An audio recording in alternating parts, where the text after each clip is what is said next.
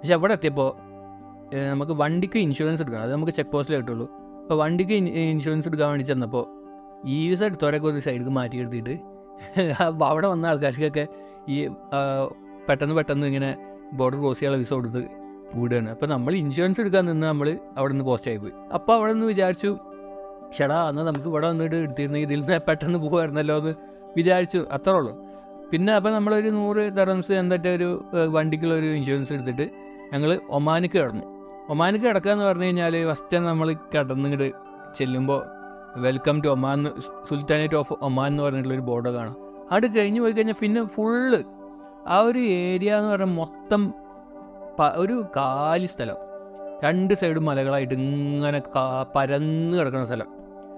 വലിയ കാര്യമായിട്ട് വണ്ടികളില്ല. ഈ ഒരു ബോർഡറിൽ ഭയങ്കര തിരക്കില്ലാത്തൊരു ബോർഡറുണ്ട്, മസ്ജിദ് ബോർഡർ.